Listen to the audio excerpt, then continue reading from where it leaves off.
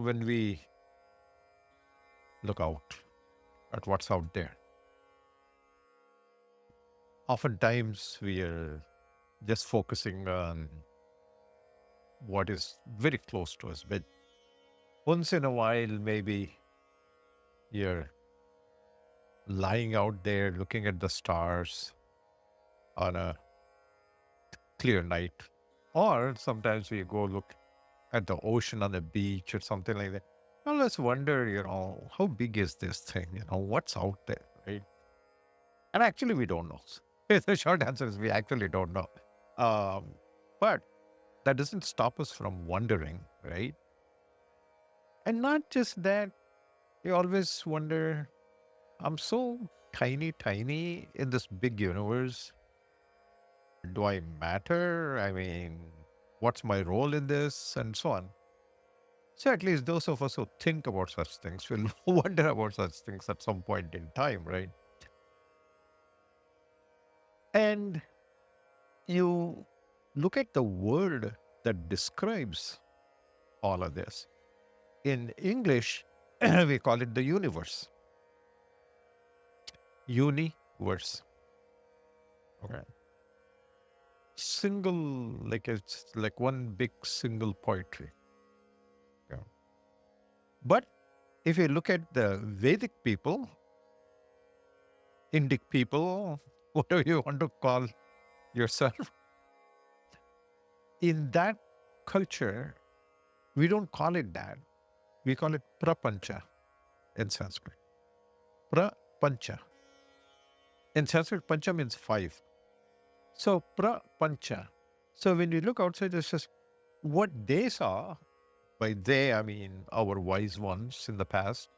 They looked out and they saw, they didn't see universe. They saw five things. It's all five, five, and five. I said everything is made out of fives. So, okay, where did you see that five? There's no number five in the sky. Somebody lit up a neon sign or something. So, where did this five come from, and how did they see that? To answer that question, we can go from the outermost to innermost. Because, look, we're also part of this universe, right? It's not like I'm some alien thing, including this universe. I'm a part and parcel of this universe, right? We all are. So the question is, what is my role in this? Like in this universe, I may be tiny, tiny, tiny, tiny speck, but there'll be some role, right? There's something. I'm playing some part in this thing. The question is, how does this happen, right? So the reason they called again, I cannot help but use the English word universe. The reason they called it Prapancha, I personally would rather call it Prapancha. But in the universe, when they looked outside, one thing they realized is that this is made up of five elements.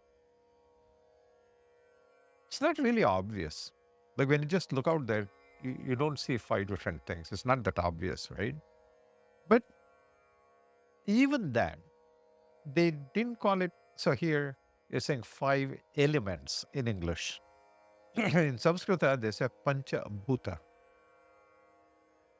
So the word bhuta doesn't mean element. See, we have to use, whatever we do, right? I mean, you have to use the best word available out there. But it's pancha bhuta. Bhuta is something that is capable of uplifting you, right? So uplifting, not physical upliftment, but emotional, or even better, spiritual upliftment, right? So there are five, they said this universe, this prapancha, is made up of five things, five different things, and each one of them is capable of uplifting you. I said, wow. They, okay, tell me, what are those five things? So, in the first place, going from, there are three things that are directly perceivable, right? There is matter, solid matter, there is fire, and there is water, right? So those three are perceivable. Like, I can drink water, I can touch a material object, I can. I don't want to touch a fire, but you can, and you can feel that. And so these three things you you can perceive these things, capable of perception, right? But there are two other things that you can feel it. You can just feel it, right? One is wind, right? Wind, when the wind is blowing, you feel that, right? But you cannot catch hold of wind, right? But you can feel that. Even more than that is what we call akasha. Now, again, like if you look in a dictionary or somewhere, akasha may be translated as space. Akasha is not actually space, because if we say, what is space? Like, if I go up in the space, or you go beyond all the layers of the earth and so on, I shoot a rocket or something, I go beyond that. You say, what's out there? You say, space. They say, what do you mean space? What is there? So nothing. If there's nothing, how can you go through that? Okay. If it's nothing, it doesn't exist. How can you go through that? So why are you even, if it's nothing, why are you even giving it a name? But Akasha is not just space. It is actually space filled with energy. There's energy in space, right? Various types of energy. In the whole universe, wherever there is Akasha, we call it Hridaya Akasha, like in your heart, right? So that space has energy. So space filled with energy is Akasha. So the universe at the time of creation, there's a long process. We don't want to get into all that. But when the physical world is created, right, these five elements are created. Again, matter, solid matter, water, fire, wind, and Akasha. I don't want to say space, Akasha, right? Okay, fine. So these five things are there. So then they start coming together and things happen, right? When you go and look at this evolution, right? If you look at the Earth, for example, planet Earth, right? Most of it is actually covered with water, not land. Most of it is covered with water, right? I don't know the exact percentage, something like 70% or whatever. It's a huge areas covered with water. And there's an entire world under the ocean, in that water. There are all kinds of animals. It's a whole world there, right? But we don't exist there. We exist on the land, right? And then there is the sky, like the birds and all those things. They live in their own world. And we are the ones who are wandering around on the ground along with other animals and so on, doing things. But you see, one interesting thing is, if you look at all that, you say, okay, we were just talking about motorbike a little while ago. Do you see a shark riding a motorbike in the ocean? No, right? So the human, just the human animal, if I can call us that, is capable of doing intelligent things and creating things. We create things. We use nature and what is out there, these five elements, to do amazing things, right? In my own field of electronics, we now they're making transistors that are only 7 nanometers wide. 7 nanometers, right? A nanometer is 10 to the minus ninth of a meter. I mean, it's really, really tiny, small. So we are capable of creating all this. So the question is, so in this process of creation, is it independent creation or is there dependence on something? The ego in me says that, why don't we say independent? Because I'm smart, I'm intelligent, I'm independently creating that. But the pragmatic part of me says that cannot be, because if I'm independently creating something, I will create anything I want whenever I want, right? And I know I cannot do that. I cannot do that. I'm incapable of doing that. Experience tells me that. So let's keep that aside and then say, okay, fine. So then what exactly is driving all these things? So these pancha bhutas, this, I'll keep using the word pancha. Pancha just means five. So I'll just keep using that word. I may say five sometimes, I may say pancha sometimes, Samskrita word for five. All right.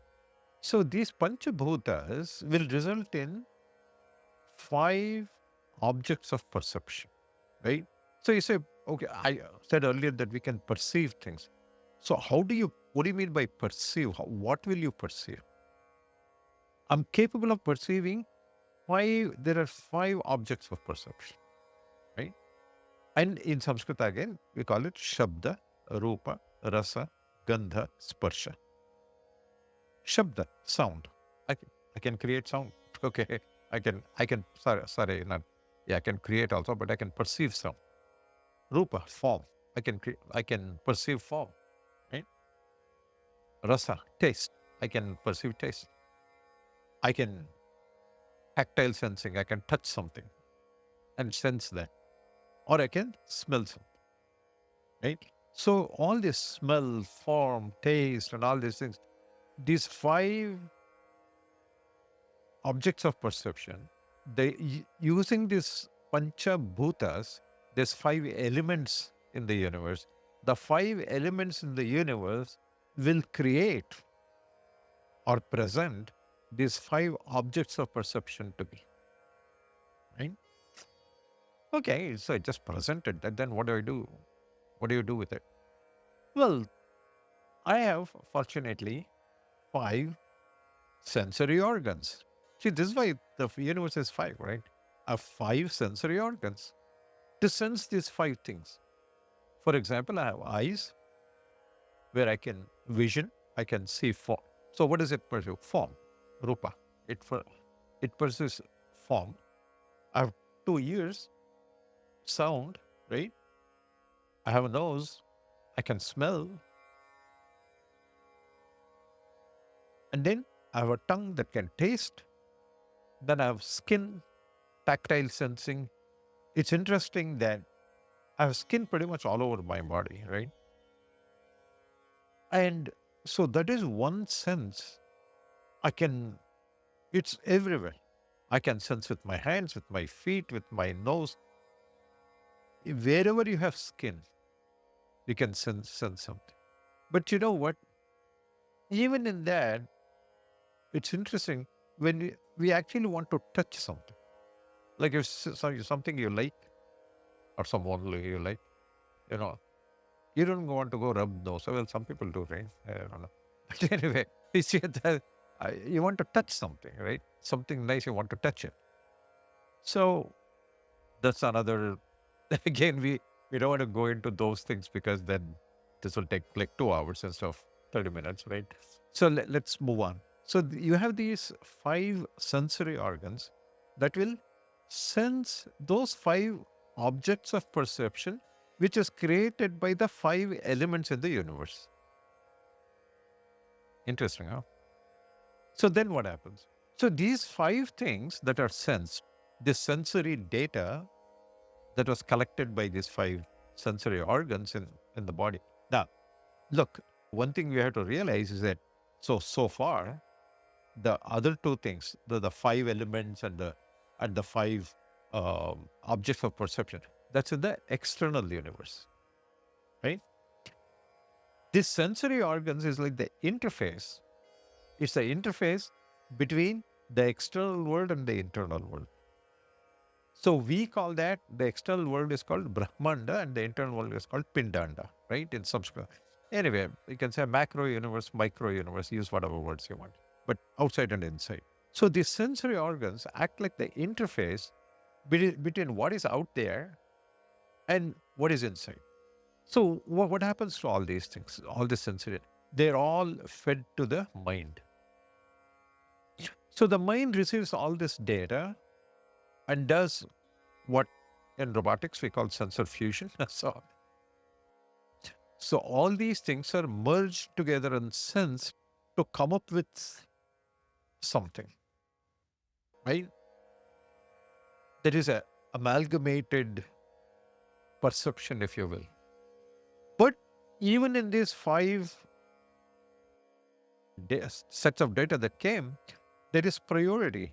Some things are weighted more than others. Like if you see something, you give more value to that. You say, "Oh, I saw it with my own eyes." Of course, you're not going to say with somebody else's eyes. So, but when you say no, I saw it with my own eyes. What you're saying is no, I perceived that with the highest priority sensory organ. We don't say all that. We don't even think about it. But that's actually what you mean when you say that. You never say, I heard it with my own ears. People don't say that. They don't say, I smelt it with my own nose. But just eyes, they say that. I saw it with my own eyes.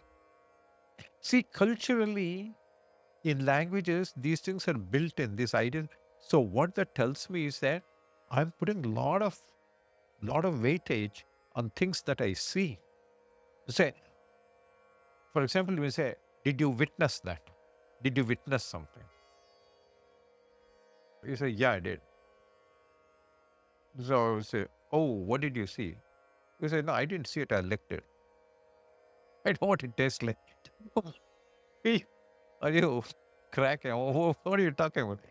I asked you whether you witnessed it. And again, witness, people think is seeing with the eyes, not hearing something, not smelling something, not tasting something, not touching something, but seeing it with your eyes. So somehow that has very high priority, very, very high priority, right? Now, all these things that come in, excuse me. So when they're actually a sense, so the mind is not confused.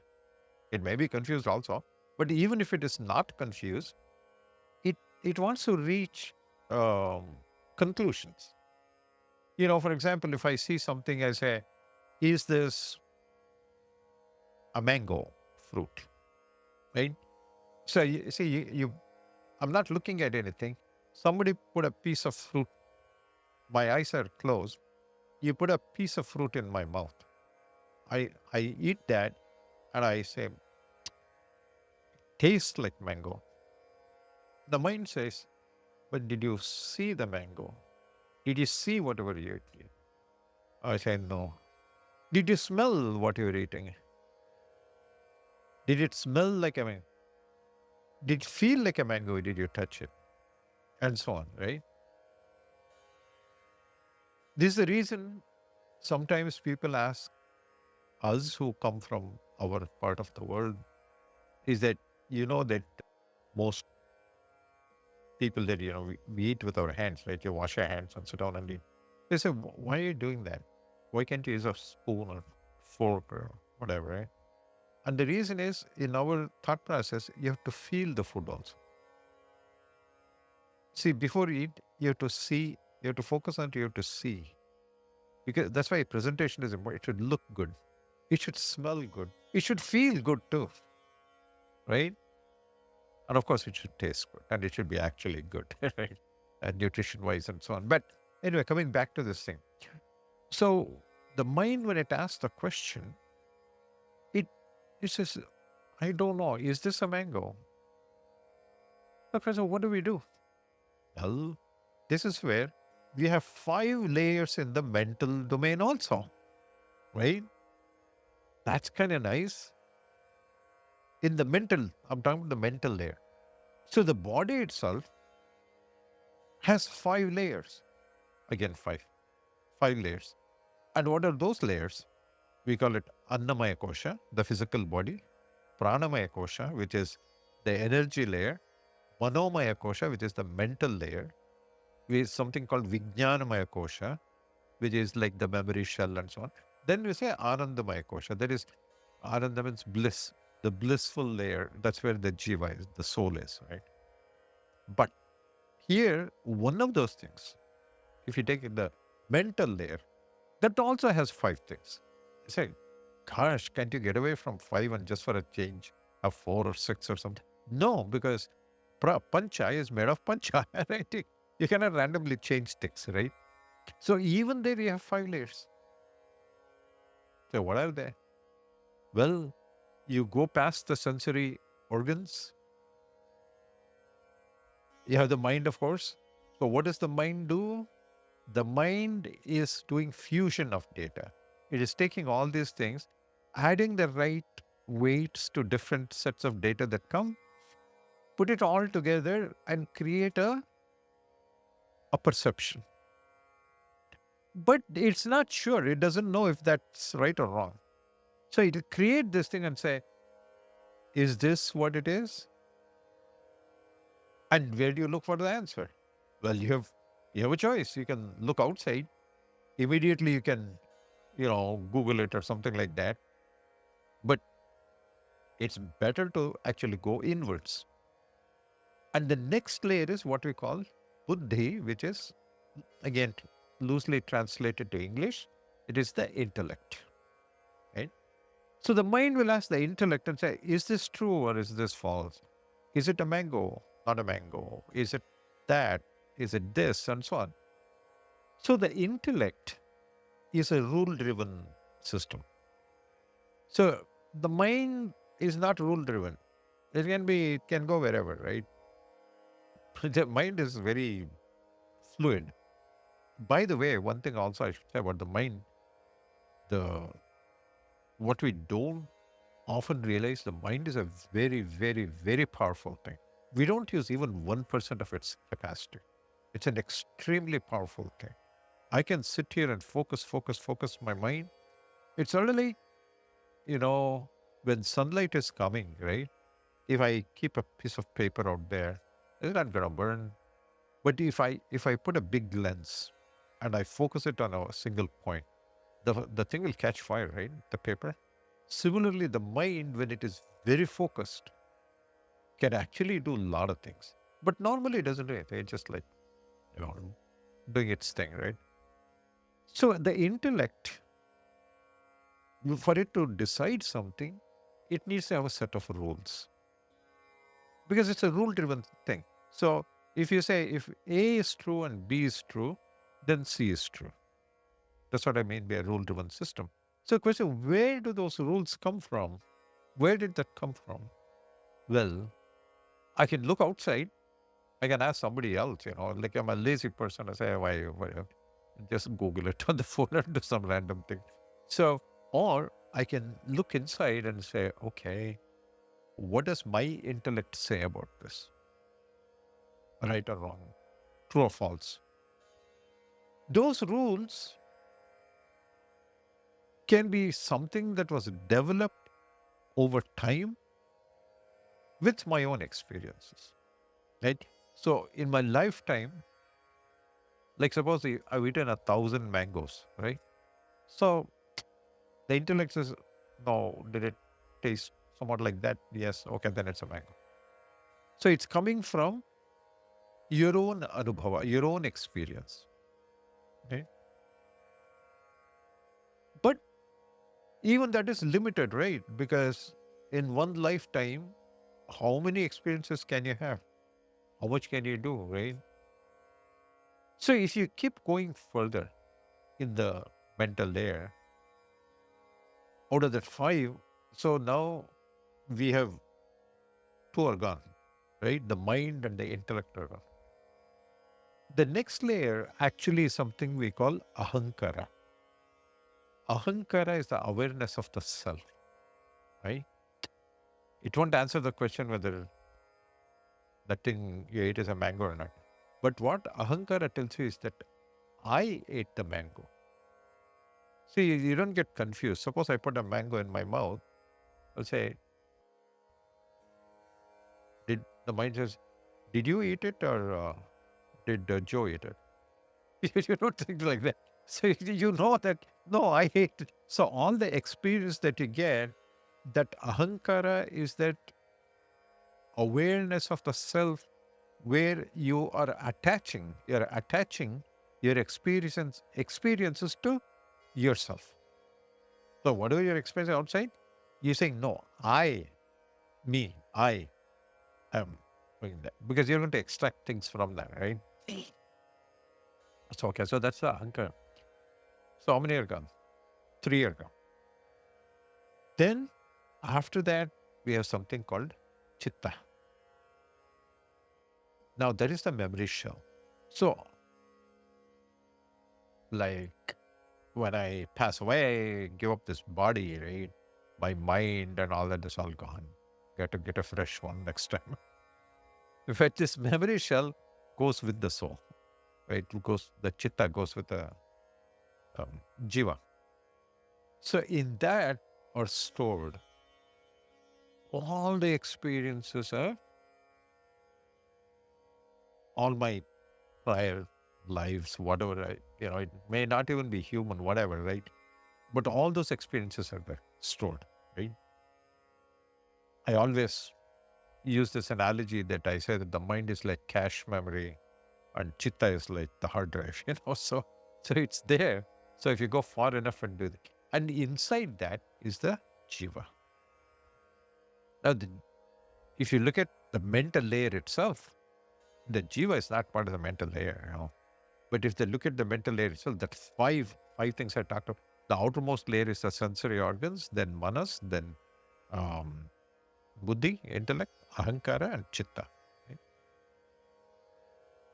So what all these things do is when you have all of these things um, forming, all these experiences coming, then we talked about yesterday number 4, right? Or the other day we were talking number 4, and they say, what do you do with all that? What do you do with all this? Right? This is not just for fun. So we have karma, we have desire. So we have a desire to do something, think something, say something, karma, perform karma, in other words. Why? Because we want to do what we call sadhana. We want to accomplish something. So this human body, in Sanskrit, is called sadhana sharira. That there is a body that is designed for accomplishment. Is that it doesn't say body meant for enjoyment. Now, does it mean that I shouldn't enjoy it? Oh, no, not at all. We should have fun, enjoy it, everything.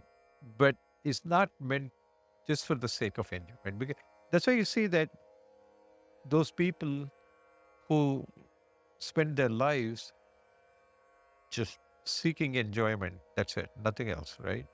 Just having fun. Pretty soon you'll find that they're not really in good shape, either physically or otherwise, right? Whereas those people who are going after some goal, they can enjoy life and all that, that's fine, but they have a goal, that they're working towards. Some accomplishment, something that you work towards. You find that no matter how old their body gets, right, they're still okay because they're still walking towards something. They're climbing a hill, going towards something, right? So that karma that you do, in that, the thought is inside, right? The speech is the interface, and the action is in the outside. So if you look at this whole cycle, right, it's interesting. So the universal, through these 5 elements, will create these 5 objects of perception. I perceive those things, then go through all these 5 mental layers and all that, and the jiva is sitting there waiting. So, aha, nice, And then because of that desire to do something, right? Now I have thoughts, our thoughts saying that, oh, why don't you do this, right? So that karma, that thought will create speech, and speech may turn into action. So speech is the interface. Thought is inside, speech is the interface between inside and outside, and the action is outside. So what happened? This cycle got completed. So my action in this universe, in this prapancha, will actually create new forms, right? Start creating new objects of. Look at all these things in this room, right? It didn't just happen. Somebody created that, right? So somebody created all this. Whether you talk of technology or some food that you cook or whatever, right? Or somebody, a good artist will do a painting, a good musician will sing a song, whatever, right? So we are creating all of these sophisticated. See, when we process that, right? Nature will present something, but we can take that what's available to us in nature, take it inside, we process that and convert it to something even more amazing than what nature gave us, right? So that cycle. So I started out asking, what is our role in this universe? My tiny, tiny speck in this universe. What's my role? My role is to take all of these things that are given to me, process that, create something even more beautiful, and give it back to the universe, right? So if we keep doing that, that is what creates sadhana. So that is what creates civilization. Now I can create good things or bad things. That's my choice. Right? I can create both. I can create harmful things, or I can create nice things for people. Right? And it's always a struggle in society. It's a struggle. I can do something for my benefit, or I can do something for others' benefit. So in this, what you may call Vedic thought, that lifestyle, the whole idea is that whatever you do it for the good of what is outside. Not just people, good of everything, good of the universe. The five elements. Don't pollute water. Everything you treat with respect. You treat with respect and do things that are good for outside. So if you do that, then what will happen is that that cycle is completed. In that prapancha, that cycle is completed, and eventually it will result in good things for all of us.